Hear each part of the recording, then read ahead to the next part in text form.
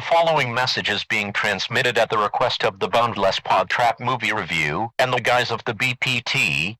What you are about to hear contains spoilers to movies. If you don't want to hear these spoilers, please disengage your listening device at this time. If you can't handle those with a possible differing view on a movie, you may also want to disengage your listening device at this time. Stay tuned for a movie review that only the guys at the Boundless PodTrap can give you.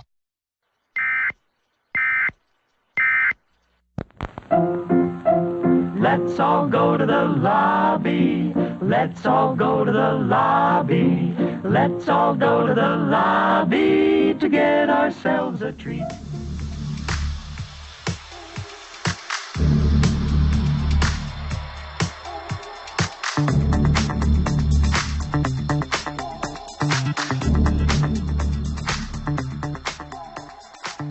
Welcome, everyone, to the BPT Movie Review Podcast.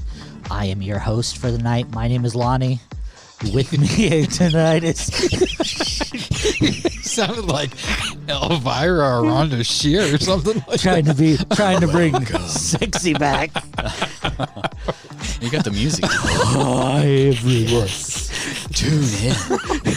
I am your host. I am your host. Anyway, fuck you guys. But fuck me. Fuck him. Fuck both of you. Fuck me. Fuck He him. was looking at me the whole time, and his eyes started smiling, so I laughed. Did he give you bedroom He eyes? did. Just giving you the Betty Davis eyes. Holy cow. Anyway, welcome to the BBT Podcast. I'm your host, Lonnie. With me for the second time is Jeremy and Justin. What's up? Hey, fellas. Ugh, Oh, my what a way to God. start a podcast. Off to a good start. We got a case of the giggles tonight. This one's going to be a apparently. doozy. I tried to hold it in for about 2 seconds. That sounds like my sex life. I try to hold it in for at least 2 seconds. Oh, man. But it just never holds out. Quick. That was some good stuff right there. All right. How you boys feeling What's tonight? on the docket? I'm good. I'm ready to do this. Ready to do this? He's ready. so. He's ready to He's ready to do give this. some meaning behind things that nobody would ever think had meaning behind it in that, this movie. That rock in on the 7th chapter of 16 minutes in. Actually, I if got you look nothing. at it just from the right angle, it looks like Jesus' second testicle. I got- and it means this. I got 2 sentences. There's 2 things I picked up that I think that have probably purposely were put in there for meaning, and if you don't pick them up, that's Is one of them... we'll see We'll when get we to get it. there. We'll get Alright. to it. Don't be spoiling anything. Is one of them really obvious? I think both of them are kind of There's obvious, a bunch but in this movie that are super obvious, and there's a bunch that's not. Boys and girls, children of all ages. Tonight, we are covering 2019's The Dead Don't Die, starring Bill Murray, Adam Driver, Tom Waits, Chloe Sevigny, Steve Buscemi, Danny Glover, Tilda Tilda Swinton. Swinton, Sid O'Connelly, Caleb Jones. The list just goes on and on. Iggy Pop. Iggy Pop. RZA? RZA, yeah. Don't know who that is. Such a Rosie all- Perez. Wu-Tang, man. Wu-Tang, yeah. Like the Sarah Driver, Selena Gomez, Austin Butler, the budget Sturgill Simpson himself. God dang. There's just so many people in this The movie. budget for the talent alone was Right. like $50 billion. Absolutely. A little synopsis about this movie before we get into it.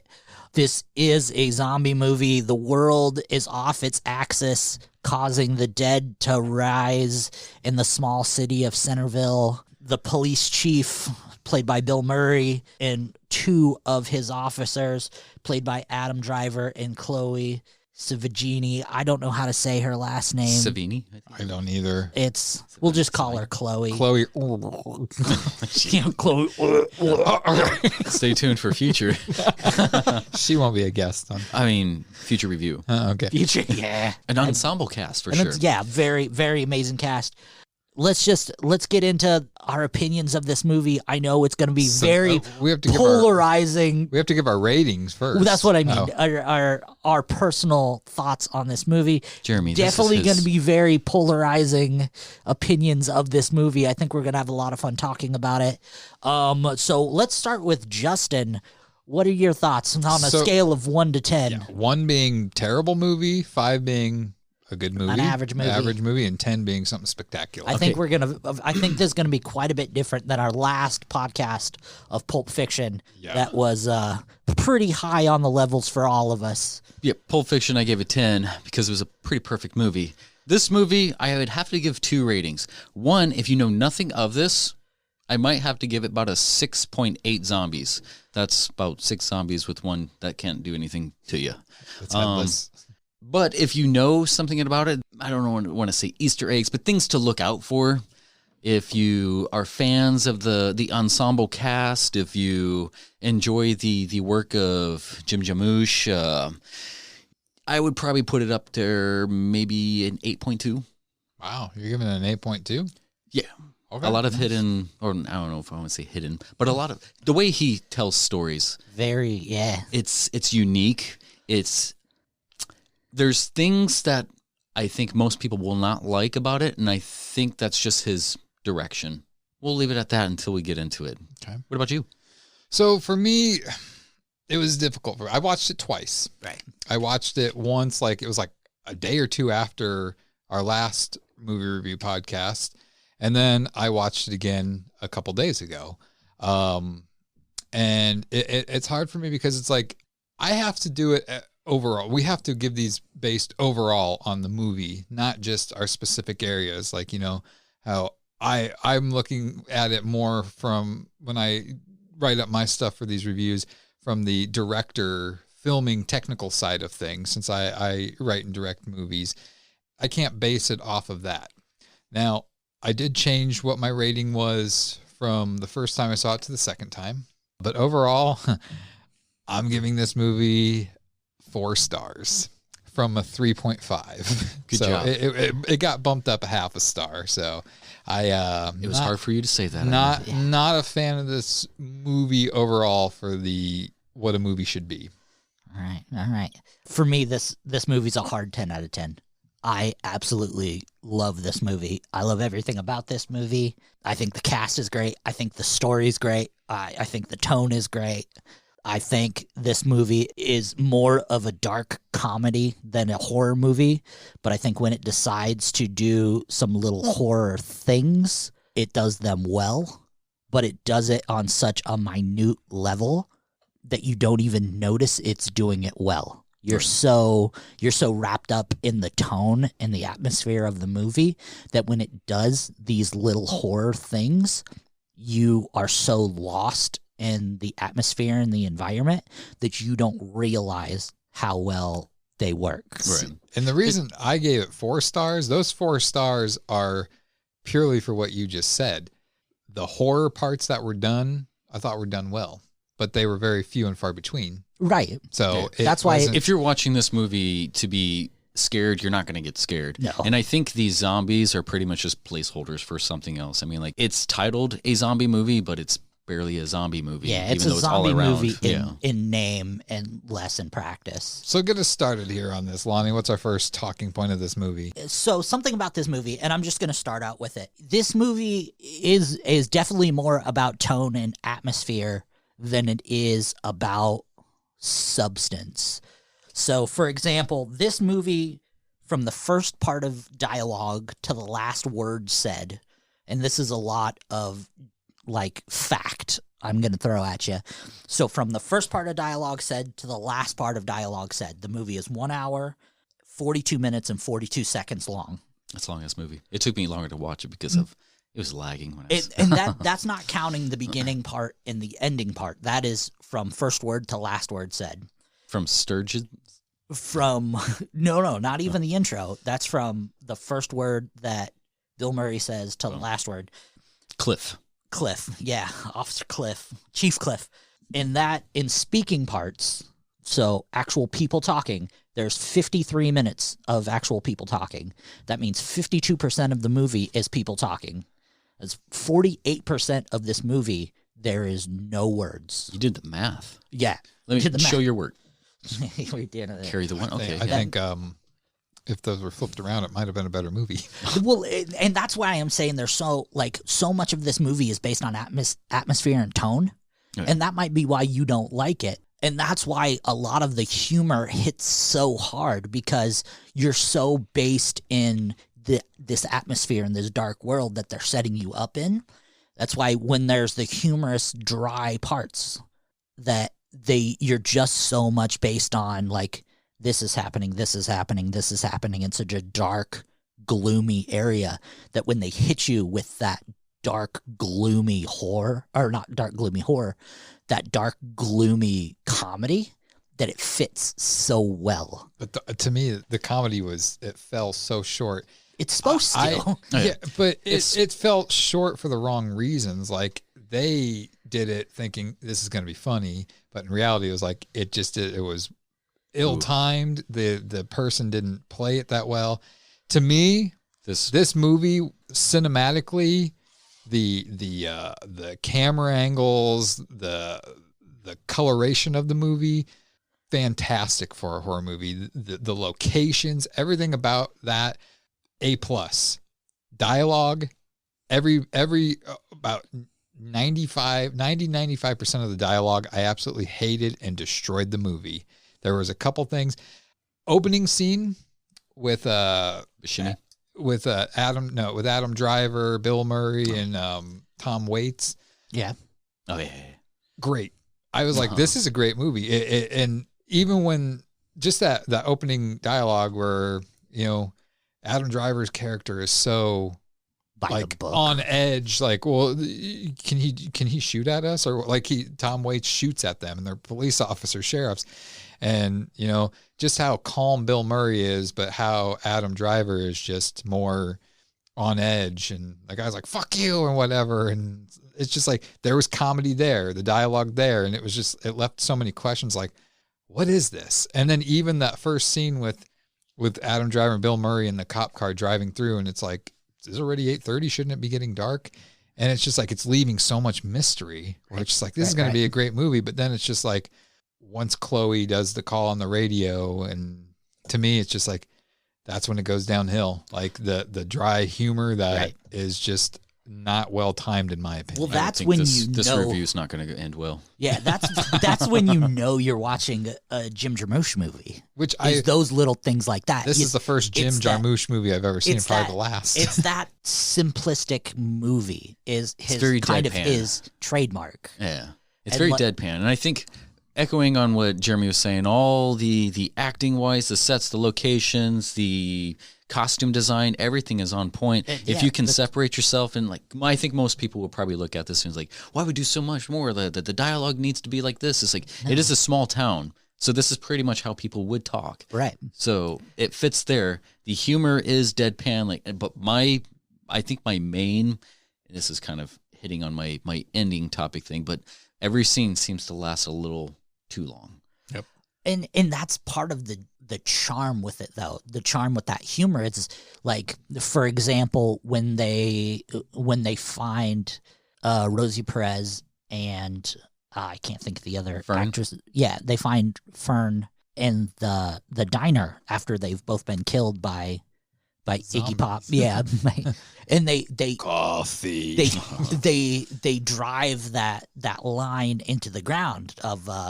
Was it an animal? Was it multiple animals? You get three different. That was the funniest scene in the movie to me. Where they drive that line into the ground. Like, first time, it was a serious line. The second time, it was funny. The third time, okay, it's funnier now. It's that repetition aspect. Yeah. And they do that so many times throughout the movie. Well, that alone also kind of builds their characters, too. Right. It's like, this is how this person is. This is how this person, and it. They stick it throughout, so the line of "was it a wild animal" or two, it's being said 3 times. That was the funniest part of the movie for me. Well, it said it that, but then after that, it's just like 3? I don't. Yeah, because Danny Glover says it, then Adam Driver, and then Chloe says it, and then the lady on the news says it. Yeah. Oh, okay. Yeah, but like that. That's that. If they would have done that the whole time and had it timed perfectly like that, I might have liked the movie, but. It was just like, then it's like later on when Adam Driver Bill Murray says, well, how do you know that? And he's like, Adam Driver's like, because I read the script. It's like, come on, like that's stupid. Like that's completely taking this movie like breaking the fourth wall there. Like, they're fucking destroying the fourth wall, and for no reason. It doesn't fit whatsoever with I think anything that went on. That is the charm of it. That's what I really liked But it's about it. it's the absurdity of it. Like you That's have the to stupidity of no, it. but you have to understand is what they're doing is so outlandish. Like they're making a zombie movie, and Not that they're two of outlandish, though. they're the only two people in this world that are calm. You're making a dry, stupid, slow zombie movie. That's a movie, and then you have a character say a line like that, which now, like I said, destroys the fourth wall. The viewers now know it is a movie, and it's just like it had no purpose whatsoever. And I don't know, like that. I get breaking the fourth wall down in subtle ways, like we did it in Unemployed right before the whole music montage, where like the bumping of the camera like bumps into the main character and he like looks at the camera. That's subtle, but like this We're not is like, reviewing that. Okay, I know. I'm just giving an example. Yeah, no, I mean, I do enjoy movies that don't take themselves seriously, that do poke fun at themselves, and especially the dialogue there, that it was pretty much ripping on the director. I do want to associate like your characters of of Cliff and Ronnie. Like Cliff is pretty much like reflective of your average viewer. Like he's been deadpan, he's not really on board with everything, like he's doing what he can just to get through. And Ronnie, he knows a little bit more. He's pretty much your viewers who are kind of in on it. You know, like more of Lonnie. Like he knows what the director's direction is probably at, or more in line of what that is. Ronnie lets himself have a little bit of fun. Right. Everybody else is probably like the Hobo Bob, who sees everything from a different lens, and more so, obviously, since he's looking through binoculars from a distance outside. But then at the same time, the Hermit Bob is also like the harbinger and the narrator at the same time. Like he sees the issues, but is also separating himself. Like if you look at this movie, at like what it almost feels like, what Jim Jarmusch's concept is it almost as like an allegory for consumerism. Yeah, well, that's what the zombies is, and they made so many references towards George Romero, and his zombieism is pretty much consumer, people right. Who are just brain dead, and going back to like George Romero taking place at a mall. All you're doing is consuming, and then if you see all the zombies around, they're pretty much going to what they are most desired, what they're most accustomed to. Yeah. So Iggy Pop is grabbing the coffee. You got the kids pretty much getting the candy and the toys. People who are more Chardonnay. Yeah. They're going to what they were, and that's the thing too. Like Hobo Bob or Hermit Bob or whatever, he's totally different because he's not. He lives calling him Hobo Bob. I don't know why that's funny to me. He's living off the land. Like he doesn't necessarily have any desires. He takes what is necessary. Like he's all about survival. So what better person to narrate than somebody who is not attached to anything? Absolutely. I know we all love giving our opinions on Easter eggs and neat little things we've found hidden in the movie. Just throw out the obvious one. All right. The obvious one we found Wars. is on Officer Ronnie's keys when he gives them to Tilda Swinton. There's a Star Destroyer on his keys. Tilda Swinton goes, "Oh, Star Wars. Such a great fiction. Great work of fiction." Obviously, because she's an alien. Spoiler alerts. My biggest Easter egg that I was gonna say you had a couple of them you wanted to touch on. Just the one I'll touch on is the actor Bobby Wiggins, who played like the I don't know if it was a convenience shop employee. Gas and stuff. Yeah, he on his work vest he had a Night of the Living Dead pin on it. Mm-hmm. Well, everything. There's so many throwbacks inside of his store. Absolutely. I mean, which Jim Jarmusch, Night of the Living Dead was his biggest inspiration for this zombie film. So I thought that was kind of a neat small little nod to homage or whatever you want to call it to George Romero's Night of the Living Dead. Another big Night of the Living Dead homage that Bobby is involved in as well. When Selena Gomez and her friends pull up, and as they're talking, and he walks out and is talking to them about their car. Right. The car they're in is a 1968 Le Mans. The car that Barbara and her brother are driving into the graveyard is a 1967 Le Mans. So, all right. Yeah, that's why he says very, very Romero car. Yeah, it's the. She's like, you really know your stuff. Yeah, it's a 67 Le Mans that they're driving in Night of the Living Dead. and that car's a 68 Lamar's. So Oh, yeah. another little homage That's to. pretty cool. I didn't pick up on that one. Yeah. You know, Yeah. one thing I will say about this, because it's like we said, we all have our own reasons for watching these movies and what we're going to talk about. This is the first Jim Jarmusch movie I've seen. You probably won't like any of the rest of them. No, I'm probably not going to watch many of the other things. But and the thing is, I get it. Like, I understand he's making something different, and I respect him 100% for that. It's just not something I like. And this was even different for him. He's never made, even remotely tried to make a horror movie. And this for him, like this horror comedy, even comedy is different for him. Like he's made other comedies. But in doing research on him and listening to interviews with him, which I listen to a lot, and just what other people have said about him, his movies they said he's known for these long dialogue movies and Substance without substance. Yeah, and that's just not for me. So will I ever watch another Jim Jarmusch movie?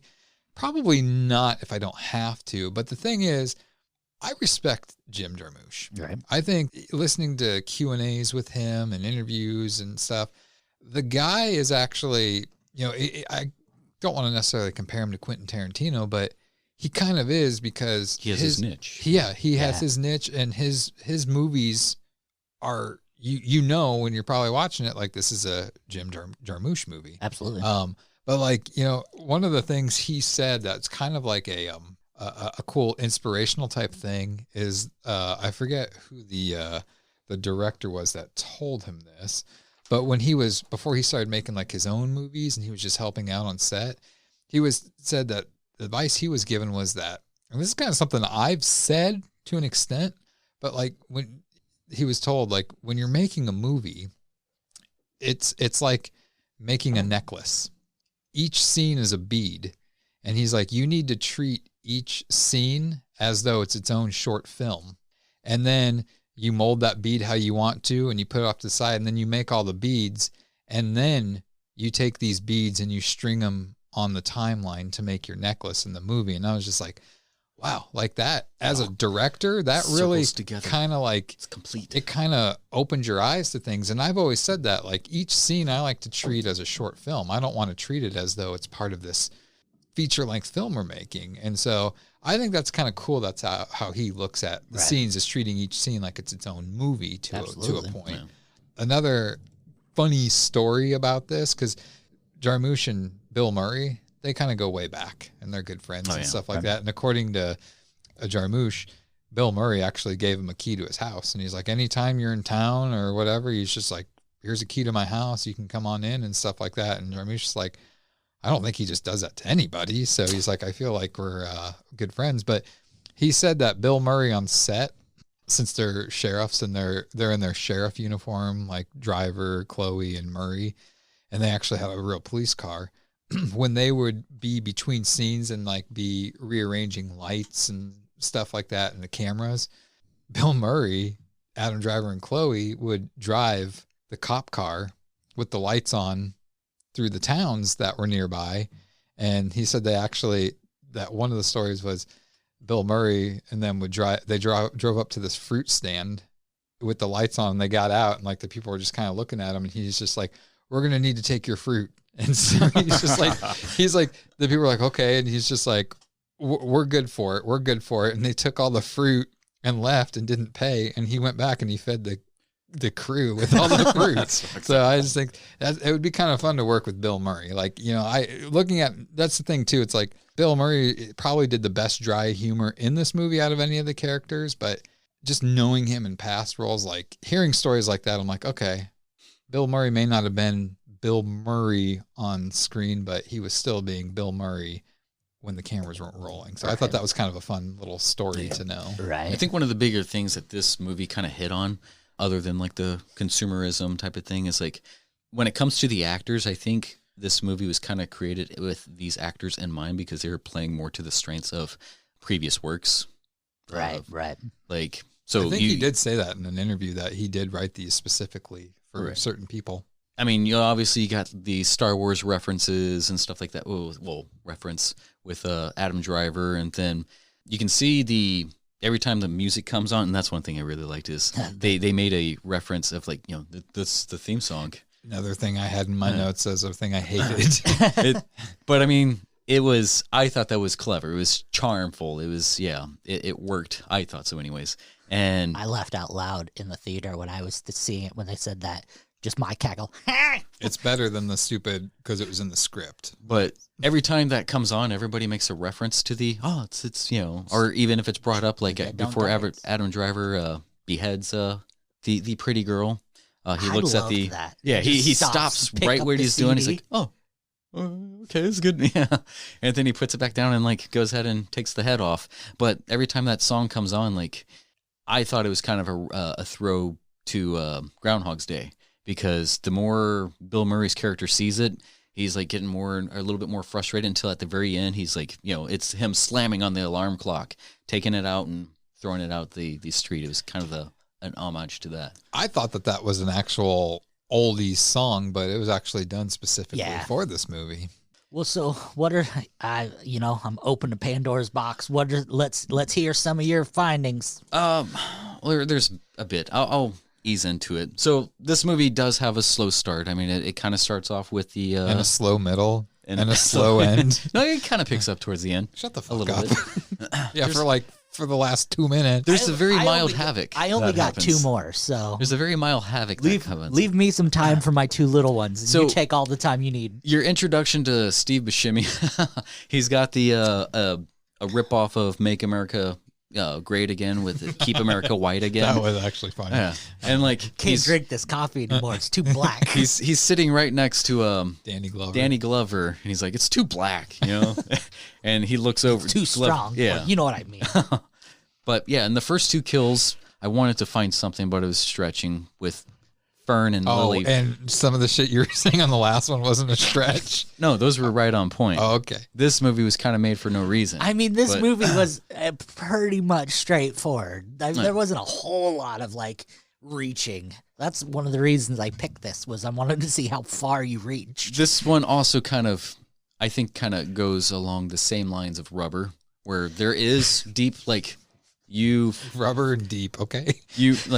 You viewers paid money to watch this. You're kind of consuming, or being a consumer or being the zombie in a consumer sense of, just doing this. And it pokes fun of itself the entire time here and there, more obvious in other scenes. But Steve Buscemi pretty much played like more of a Steve Buscemi character, which I really liked. And he was like one of the only people who killed the zombie the way it's supposed to be. Like he took the shotgun to the zombie's head. And like I was saying earlier, the zombies pretty much are magnetized to what they were desired in the living. So, toys or whatever. And it was like a black zombie who was pretty much breaking in his place. Damn trespassers! I don't know if that was intentional or I'm sure if I'm just calling it out like that. Well, I will say this, but Steve Buscemi's character at the end when he's dying, right, and Tom Waits is like looking through his binoculars or whatever. I did laugh at that part to hear Steve Buscemi muffled in the house like, what are you doing? Another hidden thing, if you will. It's not really hidden. It was kind of obvious. I loved RZA's RZA RZA. I loved his little intro, and then he had like some deep message, and I didn't write that down. I totally forgot what it was. But he was pretty much the UPS driver, but it says Woo PS to Wu-Tang. Stupid. But if you put it all together, it says whoops. And I thought that was a little bit more, since UPS is one of my competitors in non-BPT world, BPT reviews, movie reviews. It's all BPT world. There was still hasn't touched on my two things. I thought he's stretching, bro. I'm only on the first side here. I got this two rubber more band's getting tight. Go ahead, throw something out. I got a couple. Stella, Olive, Olivia, and Geronimo, the three kids in the Centerville Detention Center, when they're watching the news, talking about the Earth being off its axis. Polar fracking. Due to the polar fracking. They're the only ones talking about the implications of the Earth being off its axis and what it's going to do to nature and all that. I find that quite ironic that they are the only ones that, and on the back of their uniforms, they all have the CDC. Right. So I just found that quite ironic that the CDC are the only people who care about what's affecting the Earth. And that and Hermit Bob are the only ones, but they're the ones who are using the more scientific type of thing. Everybody gets their news through the TV or the radio, and if you notice that the radio was 9/11, and if you probably noticed that the time was 11/11, you love that. Yep, I pointed that out when I was watching it. No, another thing about those 3 kids, they serve no fucking purpose in that movie. Do. Yeah, no, they don't. Yeah, they do. It's just you didn't really understand it. Everybody kind of serves their purpose. This is also kind of going on to the consumer things. The people in the correctional facility, they didn't have access to consuming things. They were trying to implement or trying to change things, change your ways in a sense. And they were getting their corrections, I guess. Yeah. So they had a place to hide, like a mask. Plus, they did nothing in the movie. They didn't. Plus, they were the survivors. They're the ones who they just go off and that's that. It's like thinking they're going to do something at the end. It's like, nope. So those are just waste of time characters. They survive. Plus, if they didn't want it to be the CDC joke, they're obviously juveniles, so it would have been the CJDC because they're juveniles. So it would have been the Centerville Junior. What the fuck? Detention Center. Detention Center. Yeah. Going back to the proved your point, but okay. 11/11. That was one of the first things that was shown, like within the first 20 minutes. 11/11, according to the Bible. This is my only biblical fact here. 11/11 is considered to be a symbol of a wake-up call and a spiritual awakening. It's necessary to find your spiritual path and to follow it. And they were missing their stuff. They were that's why I see it every day. I need to get on. Find your spiritual path, man. But yeah, no, they. Something I did find kind of funny is Mindy and Ronnie, or at least Ronnie, seemed to have a little bit of a crush on his coworker Mindy. And at the very end, he was so quick to cut off her head. He's just like, and Cliff, Bill Murray, he's like looking at him like, what? He's like, oh. Like he had no remorse or anything. He was, So my favorite character, you probably already know who my favorite character is. Miss Catherine Matilda Swinton was Miss Tilda Swinton's character. What was her name? It was like almost her real name, just like switched around. Hers and Rosa Perez names were just basically mixed. Yeah. Hers is Zelda something. Zelda, yeah. Zelda Winston. Let me touch on Selena Gomez. So Selena... sick. Thank you. Thank you for letting me touch on Selena Gomez. Did you notice that she was the only person who had some different sort of introduction? When she said her name, there was little sparkles around her. That was stupid. That was the only time that ever happened. And what I kind of... Stupid. Jeez, this guy. What I kind of gleaned from that... So her name is Zoe. Selena Gomez's name is Zoe, which seemed to be a throwaway character, I think, from on the outside. But Zoe means the light or star or life. Upon her introduction, you got that little star play. And she also stayed in the Moonlit Hotel. And once she was found and decapitated, it was pretty much permanently, well, I don't want to say permanently, but it was dark out. It was dark as she was dying. So, yeah, because it stayed light the entire time while it was off its like axis or something like that. So her death pretty much turned out the lights. And it was supposed to be known, I think, around like the pre-production of this, that they were supposed to be like haunted hotel kids. They're pretty much traveling to stay at these haunted hotels. Yeah, that wasn't pressed in the movie. One other part that was kind of funny, but I'm sure nobody else found it funny because I find weird things funny. The guy that was like the hotel manager. Right. When he's standing outside and the zombies are coming up behind him and the one zombie's like, free HBO or whatever. Yeah. And as he's turning around, he's like, yeah, we got free HBO. I did laugh at that. Hell yeah, we got free cable. So there's something that I want to touch on here. Did you do anything about the meaning of the population 738? I did not. What the fuck? Jesus, I missed all the easy ones. So let me. I think that around that time, trying to watch this. Around that time. Around the opening, it was like the first 10 minutes of the movie. It took me 45 minutes to watch the first 5 minutes because it was so much lag, and then I think I probably scrubbed or skipped through something when I tried to touch it again. Jeremy, school this bitch. So I'm just going to read the simplistic of what the meaning of 738 is, and I want you to kind of tell me what you think that has to do with the movie. So 738 means the greatest accomplishment you can ever achieve and own that no one can never take from you is peace of mind. What does that have to do with the movie? Or is it just they just picked 738 for the population? It's missing one. It's supposed to be 739 because they're not counting the person who does have that peace of mind. And, well, I guess the two people, because one of them's a visitor and the other one's a hobo. So, yeah. So the other one. So it's a whole number. The other one was the address, 993 Main Street. Did you do anything with that? That's the room that the Pixar movies would. So 993 means a gentle push from your guardian angels to leave behind things that you are holding back, whether a certain situation or person. That could be anything. It doesn't mean. Why are you like, okay, you're throwing these off like, just because you didn't freaking see it and like. No, that's not it. I saw those two, and the first time I watched it, I was watching with Michael, and I pause it, and I'm just like, because it was like population 738. They drive by the sign, and then the next cut is them driving in front of, I forget what house it is, but it says 993 Main Street, and I paused it. And I looked at Michael. I'm like, Justin's gonna have something to say about those numbers. I didn't have anything to say about that. What fortune cookie did you get that on? Wow, I'm disappointed. Jeez. Did you notice that? One of the testicles, I want to say was the one he hit with the baseball bat from the car, Adam Driver's character, that was dressed up exactly like Bill Murray's character in Zombieland. I didn't notice that. I didn't catch that. Okay, I'll repeat it. That one was no.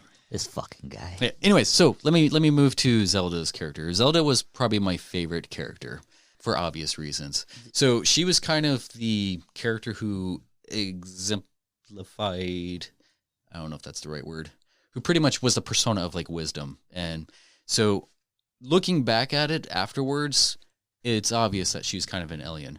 She took the obviously she was an alien. She's a foreign alien in some way or form, shape or form. And I think that was saying that they play to the character's strength or actor's kind of strengths, because I think that's one thing a lot of people look at her is like, oh, she's just a very interesting person. Her presence, her structure, she has very highlighted, cheekbones, a pointy nose type of thing, like her eyes, her eye shape, etc. It was a very obvious to put her as like an alien throughout the movie. She was the Undertaker, so she used that position to pretty much try to understand the humans, so she can pretty much get into their heads from the, safer. It was her sense of probing, if you will, as an alien. She exemplified like the concept of discipline, wisdom, as seen through her martial play, her Tai Chi Yang style samurai katas, and she was very proficient with it.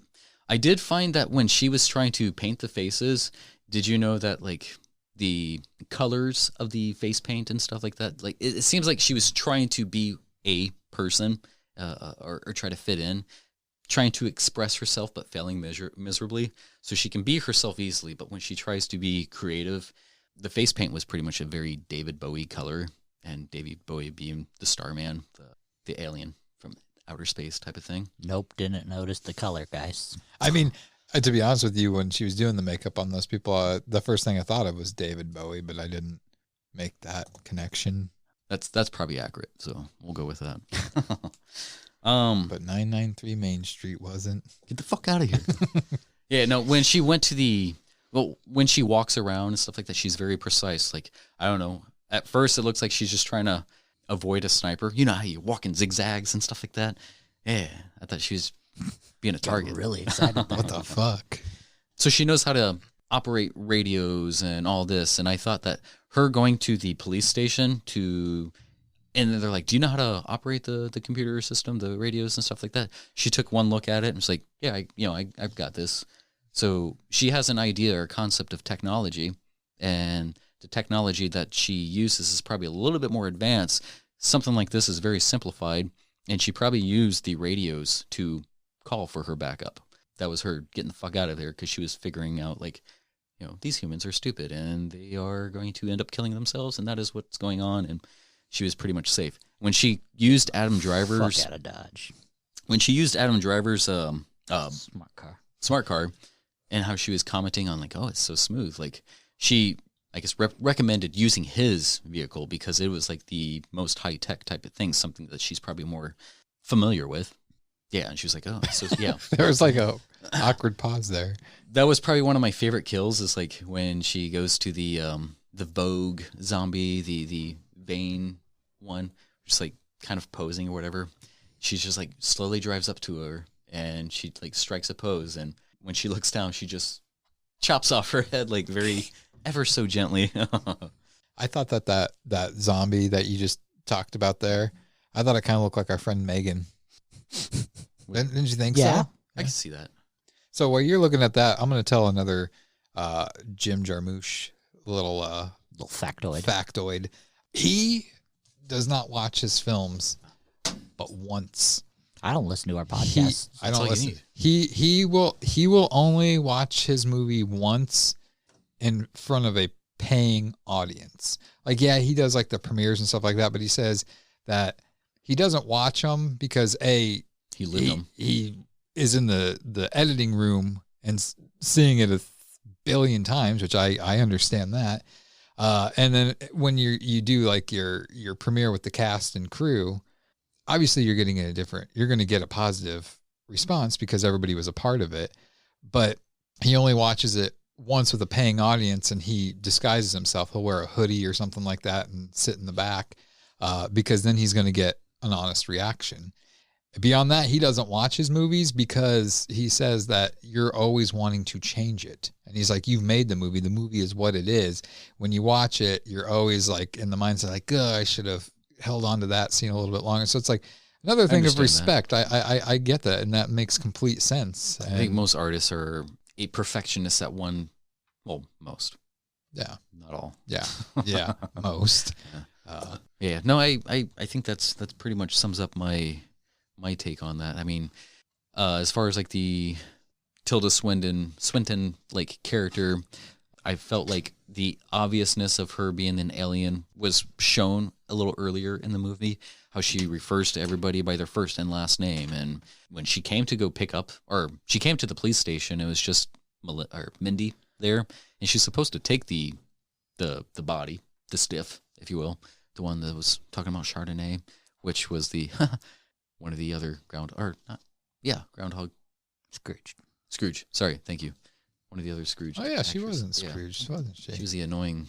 Yeah. I only think of her in Taxi. That too. Saturday Night Live as well, wasn't she? Yeah, I think so. Probably the very I think first. she was in the cast with Bill Murray on Saturday Night Yeah. Live. Yeah, overall, I thought it was a pretty. I got one more, and I'm sad both of you guys missed it. What is Well, it? I have another thing, but I guarantee you it's not what you're going to say. The one I had was when the guy from Wu-Tang Clan comes in and brings Bobby the copy of Creepy 61 that he's so excited about. There's two problems with that one. He's excited. He goes, Creepy 61 from 1961. It's actually from 1974 when it was released. But what's significant about that one... That was its release, not when it was made. There was an EP. It was a Shut up. easy. What was significant about Creepy number 61, it was the first, it had a story in it that was called The Ghouls, which it was the first actual pure zombie story that Creepy ever released. If you don't know what Creepy is, it was like a Tales from Like the a Crypt. Fangoria type of. No, it was just like actually just short stories, short horror stories. And there was stories like Zombie Vampire and stories that said zombie in them. But The Ghoul was the first like actual zombie story. It was about grave robbers who the ghouls would come out of the grave and eat them. So technically, that was Creepy's first. Creepy 61 was the first zombie story that they released was in Creepy 61. Interesting. Oh, the kid the convenience store kid, the gas station convenience store dude, like he had a encyclopedia of what zombies were. Like his whole getup or setup at the convenience store had just like zombie memorabilia like everywhere. The exchange with Selena Gomez's character showed his intelligence with it. but I thought it was very interesting where they're boarding up him and Danny Glover. Danny Glover. What is his name? Not Frank. Hank, Yeah, Hank the hardware guy. hardware guy. I didn't even bother to learn their character names. They're boarding up the front door, but like being a zombie enthusiast, you would think to watch all he knows how to use the tools and stuff like that. Like he's checking the sharpness of the axe and stuff. You have tools everywhere, but you just give up. Right. And that's kind of going back to the reflection of how people are when they're in tight situations. They just, meh. It's like you worked so hard for all this, and then once one little hiccup, zombies fled the back door, and you're done. You didn't even try to fight your way out. You didn't try to work for anything. You said your favorite part about the movie was the dead body or the animal one? Yeah, when they were saying the line like, Jesus, was it a wild animal? Yeah. Or two? My favorite line is, fuck Farmer Miller. My favorite line was from Farmer Miller, where he walks out of his house and who stole all my fucking cows? My chickens. So something else, this is more of like from the filmmaking aspect of the movie. So Adam Driver, this movie was a 7-week film schedule, a 7-week shoot, which is not really a long time when it comes down to it. But they only had Adam Driver for the first 3 weeks. And then after that, he was on set for Star Wars. He was Disney's. And they tried to work with them to like get him for at least like another week. And there's like, no, we need him. So they For what? And I mean, and what percentage of the film would you say that Adam Driver's in? 80%. Yeah, that's what I about said, 80, 85%. So they had to film 80, 85% of this in 3 weeks. They had 4 weeks to film the other 20% of it. What percent of Star Wars was he in? Wow, quite a bit, I think. I'm not a Star Wars fan. I had 80%, but all the good I mean, parts. if from a director's standpoint, that puts some pressure on you if one of your main characters is It's unavailable or dies. unavailable. And the thing is like you have to get all of their shit perfected, Right. because it's costing the studio buku bucks to get him to come back whenever it is that he's free from Star Wars. So, Right. I mean, that's another thing where I will give Jarmusch some credit, because I mean, he apparently got all of his stuff with Adam Driver, but it's like, that leaves a question to me, like, so the other 4 weeks that they had, what the fuck were they filming and what were they doing? He made note of it. The Sturgill Simpson, he was the zombie who was dragging the guitar. So I don't know. If you knew that. I saw that. Okay. Yeah, the guy that did the song. Yeah, and something I found out too is that this is kind of not really. It's pretty rare for a director to have this in his contracts, but Jim Jarmusch has it in all of his contracts for the movies that he gets final say in everything, even over the studio. So like he gets final say in music, how a scene is cut together, and if like he gives it to the whoever the studio and there's like, I don't like the scene, cut it, he can say like, no, we're not, and they don't. So it's like I want to know how he's gotten that credibility to where he can work that in his contract, because I mean there's some big name ones out there that they still have to answer to the studio. Yeah. and they Well, can't. the big name ones are more heavily gravitated towards. People look at him and they're like, nobody's going to watch it. Fine, whatever. No. All right, boys. Well, it's getting that time of the night where we have to decide what we would change in this movie. Man, we should have gave me more time. Nope. Well, as I said earlier, you got a minute. I'm thinking that most every single scene, like, it expired its scene. It had its little deadpan type of reaction, and then it just trailed off. They could have snipped it just a little bit more, just shorten it up a bit. For me, things I would have changed. I thought, I'm not a fan of CGI. You guys know that about me. I hate CGI in horror. Right. But I think this is probably, and this should say something about the film. I think this is the best CGI in a horror-esque type movie that I've seen. It seemed more realistic with the heads getting cut off and like even the powdery blood. I think that's probably what saved it, because if it was like blood coming out of these zombies, it would have probably looked hokey, but that powder looked real. Right. And even the practical effects that they did, which because they mixed some of those in there too, thought were done perfectly. And like I said, the setting, everything like that, the vibe that it was giving was great. I would say, like with what you were saying, I would cut down a lot of the scenes a little bit shorter. I would have gotten rid of some of the fourth wall stuff. I would have got rid of that completely because I don't think it was timed well at all.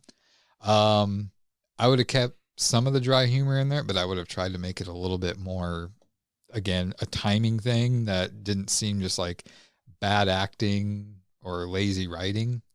And I would have probably mixed in a little bit more action and fast pace with it, just to give the viewers something to excite them. That's what Zelda's character was for. Really? Oh, one thing I did one of my favorite parts that was just more gestural, I guess, is when Mindy gets out of the car to see her dead zombie grandma and gets like consumed. You can see Ronnie's character, like once the door shuts, Ronnie's like locks the door. See, that's good timing stuff there, but I'm assuming, Lonnie, you wouldn't change anything since you gave it a 10. You know, if I had to change something, I think I would have cut out. I think I would have made Zelda more of a bit part character. I think we focused a little too much on her. I think she was put in simply for that comedic relief, like as a, whoa, okay, that was unexpected. Like with her being an alien and all. I think less is more on her part. But yeah, other than that, I wouldn't have changed anything at all. I think when a lot of people look at this and they see Zelda as like when the spaceship comes at the very end, they're like, well, that's not in the script. Right. You know, and Bill Murray is like, well, I only got the scenes or I only got our scenes and stuff like that. Right. Like I said, I did like the fourth wall breaking. Yeah. And people would look at that and be like, what the fuck is this? It's like, you're not going to believe that, but you are going to believe the zombie part. Like anything can happen at this point. And that's the... I thought it was funny talking about the spaceship thing in one of the interviews with Jarmusch. He was talking about like, you know, he hates when people give spoilers and stuff like that. And that's why he tries not to do a lot of stuff on social media because it gets out there quicker and whatnot. And then the next question the person asked him, and he's talking and he's telling him about, he's like at the end with the spaceship. And keep in mind, this was before the movie was released. So basically what he had just said about how he hates when people give spoilers, then in his next answer, he spoiled the whole spaceship thing at the end. And everybody in the panel is just like laughing. And it's like, well, I guess we know that there's going to be a spaceship in this thing. But it's so unorthodox, like a random spaceship in a zombie movie. They're like, this dude's fucking with us. Like, he has to be.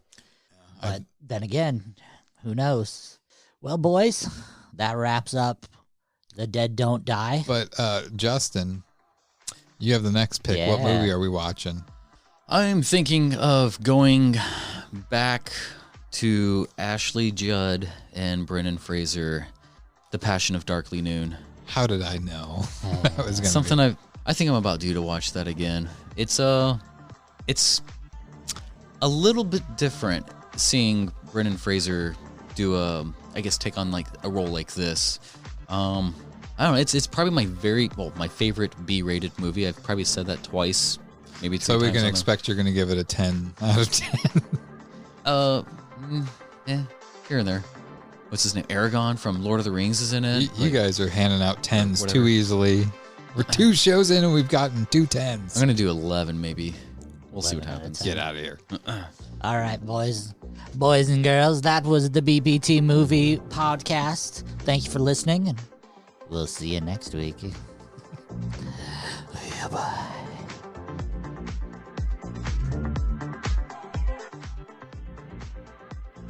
Oh, and in case I don't see you, good afternoon, good evening, and good night. This concludes our broadcast day. Click.